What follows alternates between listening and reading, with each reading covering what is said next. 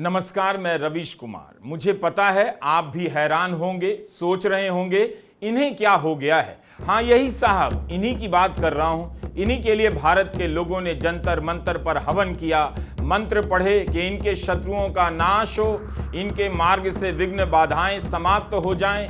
इनकी जीत भारत की जीत मानी जाती है। लेकिन ये है कि भारत के खिलाफ अनाप शनाप बोले जा रहे हैं, कभी कुछ, रुकने का नाम नहीं लेते। चुनाव अमेरिका का है और मुद्दा भारत को लेकर बना रहे हैं। बताइए इन्हें कितना प्यार दिया गया, अपना समझकर गुजरात बुलाया गया, स्टेडियम में इनके लिए ताली बजवाई गई। ताली बजाने वालों ने यह वीडियो देख लिया रवीश कुमार ऑफिशियल का कि इन्होंने भारत को लेकर क्या क्या कहना शुरू कर दिया है, उन्हें कितना बुरा लगेगा। यही नहीं, इनके प्रचार के लिए प्रधानमंत्री मोदी टेक्सास तक चले गए, प्रचार भी कर डाला। अब की बार ट्रंप सरकार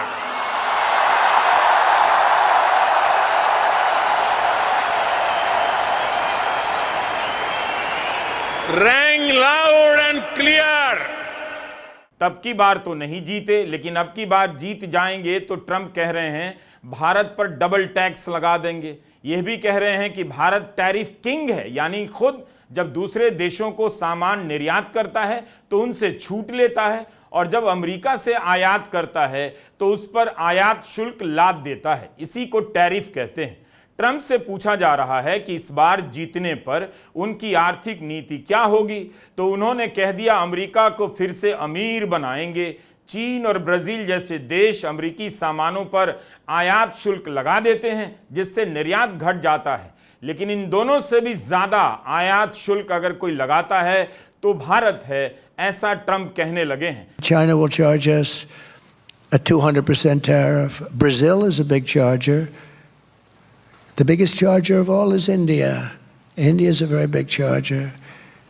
We have a great relationship with India. I did, and with especially the leader, Modi. He's a great leader, great man. Really is a great man. He's brought it together. He's done a great job. But they probably charge as much. I mean, I think they probably charge more than, in many ways, China. But they do it with a smile, you know. They do it sort of a nicer charge. They say, oh, thank you so much for purchasing from India. 10 अक्टूबर को Trump Detroit economic club में बता रहे थे कि जीतने पर उनकी आर्थिक नीतियां क्या होंगी। इतना सब बोलने के बाद ट्रंप प्रधानमंत्री मोदी की तारीफ करने लग जाते हैं। महान नेता हैं, महान शख्स हैं, उन्होंने शानदार काम किया। लेकिन कई तरह से देखें तो भारत चीन से भी ज्यादा अमेरिकी सामानों के आयात पर टैक्स लगा देता है। भारत सबसे बड़ा चार्जर है। भारत यह काम मुस्कुरा कर करता है। ट्रंप कहते हैं भारत से सामान खरीदा, इसके लिए शुक्रिया कहता है। ट्रंप ने एक जुमला कहा, India is a very big charger. इसी पर हरियाणा चुनाव से पहले परोल पर जेल से बाहर आए राम रहीम का पॉपुलर गाना लव चार्जर याद आ गया। राम रहीम का यह गाना you are the love charger, you are my love charger 17 million views हासिल कर चुका है। 10 साल पहले राम रहीम ने यह गाना अंग्रेजी में गाया था। राम रहीम गाते हैं you are the love charger, और डोनाल्ड ट्रंप गाने लगे हैं India is a very big charger. क्या ट्रंप का भारत पर आरोप सही है? भारत सरकार की तरफ से ट्रंप के बयान पर सीधे सीधे कुछ भी नहीं कहा गया है। चुनावी बयान पर प्रतिक्रिया देना शायद उचित भी ना हो। एक थिंक टैंक है global trade research initiative GTRI, उसने कहा है कि भारत पर टैरिफ के दुरुपयोग के आरोप गलत हैं। हर देश अपने उद्योगों को बढ़ावा देने के लिए आयात होने वाले सामानों पर कस्टम ड्यूटी बढ़ा देता है। GTRI ने यह भी बताया कि अमेरिका भी इस तरह के टैरिफ लगाता है। जैसे दूध से जुड़े उत्पादों पर अमेरिका 188% की ड्यूटी लगाता है, फल और सब्जियों पर 132%, चाय कॉफी मसालों पर 50% से अधिक की ड्यूटी लगा देता है। भारत ने फ्री ट्रेड एग्रीमेंट के तहत आसियान, जापान और दक्षिण कोरिया के साथ टैरिफ में कमी की है। भारत चाहता है कि अमेरिका अपनी तरफ से टैरिफ और कम करे, लेकिन उल्टा अमेरिका भारत पर ही दोष मढ़ रहा है, ट्रंप मढ़ रहे हैं। GTRI ने बताया कि सबसे ज्यादा टैरिफ जापान का है 457%, दक्षिण कोरिया में 887% और अमेरिका में 350% है।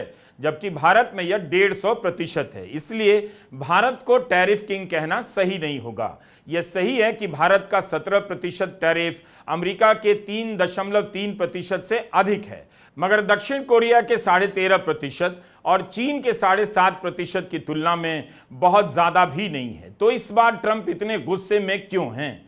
क्या ट्रंप इसलिए भारत का नाम ले रहे हैं ताकि वे कमला हैरिस को घेरते रहें?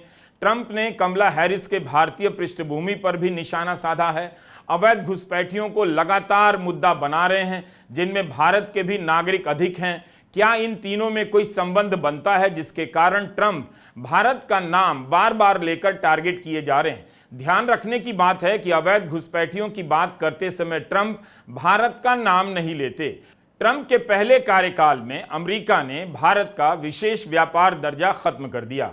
जब तक यह सिस्टम था तब तक भारत के अरबों डॉलर के उत्पादों को अमेरिका भेजने पर छूट मिलती थी। वो बंद हो गई, जिससे भारत को कुछ न कुछ नुकसान तो हुआ ही होगा। सितंबर 2019 में प्रधानमंत्री नरेंद्र मोदी टेक्सास गए। स्टेडियम भारतीयों से भरा था। वहां पर मोदी ट्रंप को जिस तरह से साथ लेकर चले, उससे यही लगा कि दोनों दोस्त हैं। ट्रंप भारत के शुभचिंतक हैं और मोदी का उन पर खासा प्रभाव है। स्टेडियम से खूब मोदी मोदी का नारा लगा, लेकिन उसके 8 महीने बाद जब जून 2019 में मोदी दोबारा प्रधानमंत्री बनते हैं, डोनाल्ड ट्रंप ने भारत के साथ जो किया उसकी बात कम होती है। मोदी के प्रधानमंत्री बनने के 2 दिनों के बाद ट्रंप ने इसका ऐलान कर दिया कि भारत जीएसपी का हिस्सा नहीं रहेगा।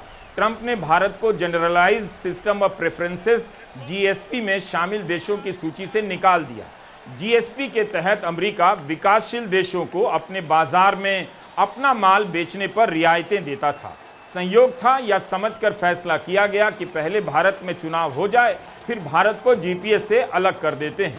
ट्रंप ने व्हाइट हाउस द्वारा जारी एक घोषणा में कहा, भारत ने अमेरिका को यह भरोसा तो नहीं दिया है कि वह अपने बाजारों तक हमें उचित पहुंच देगा ही।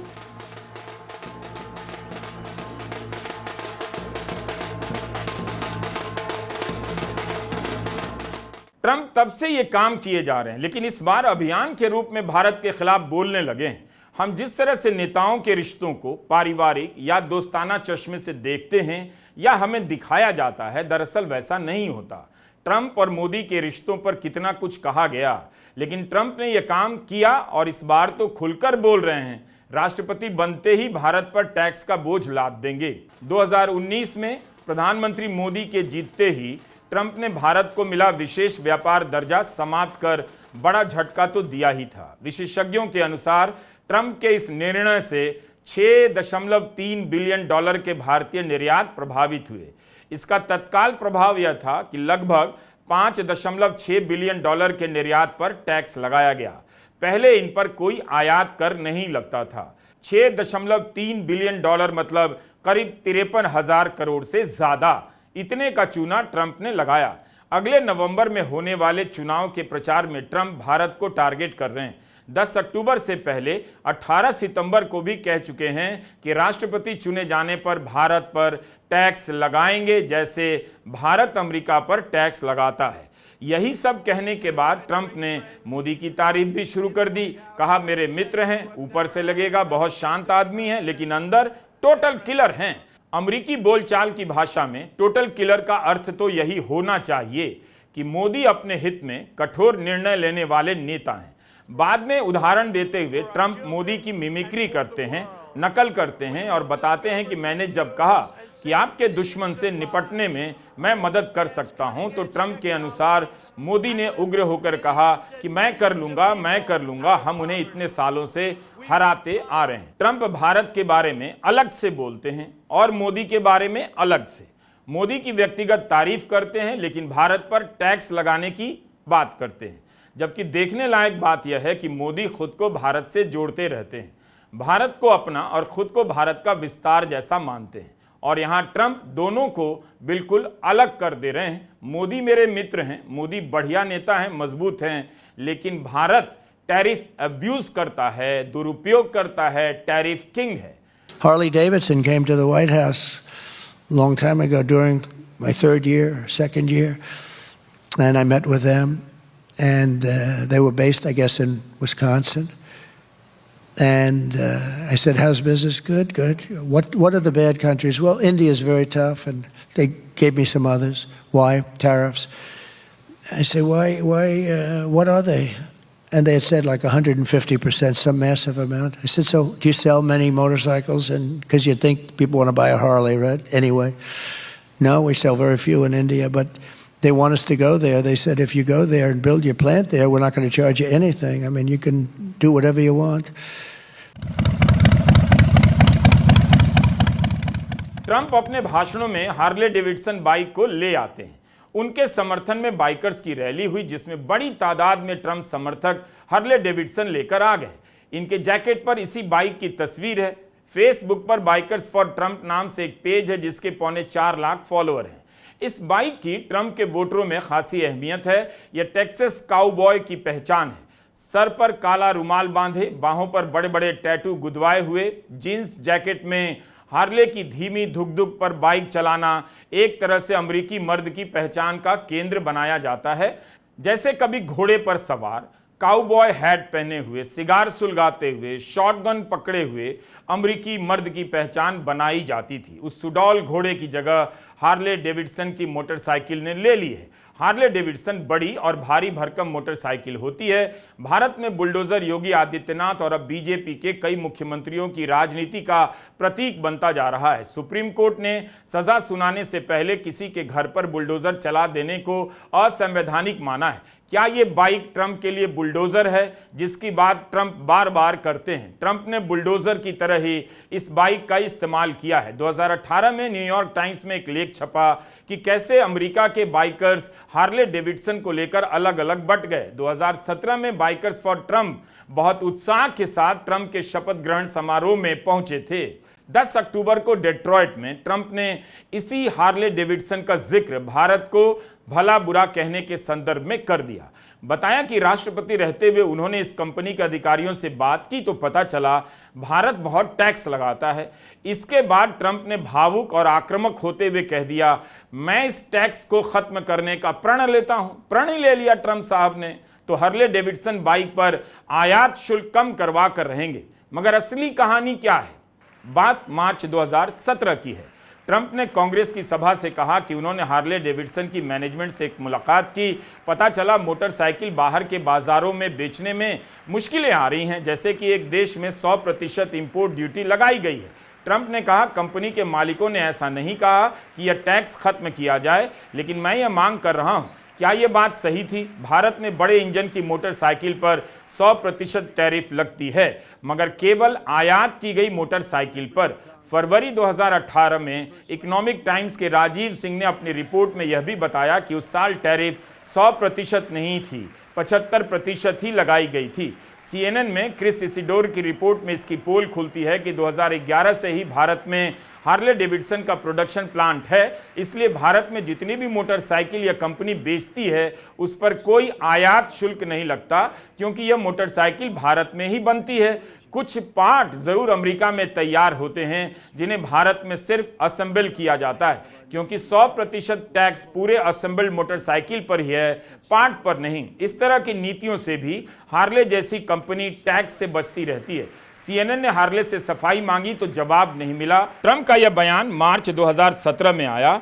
इसके 3 महीने बाद मोदी अमेरिका जाते हैं। वापस आने के 2 हफ्ते बाद प्रधानमंत्री कार्यालय केंद्रीय अप्रत्यक्ष कर और सीमा शुल्क बोर्ड से इस मामले में स्पष्टीकरण मांगता है।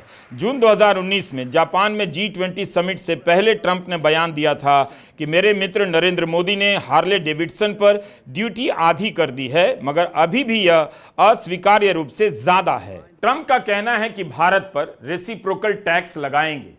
अगर भारत अमेरिका से आयात की जाने वाली मोटरसाइकिल पर 150% की ड्यूटी लगाता है तो अमेरिका भी भारत से आने वाली चीजों पर इतना ही टैक्स लगा देगा।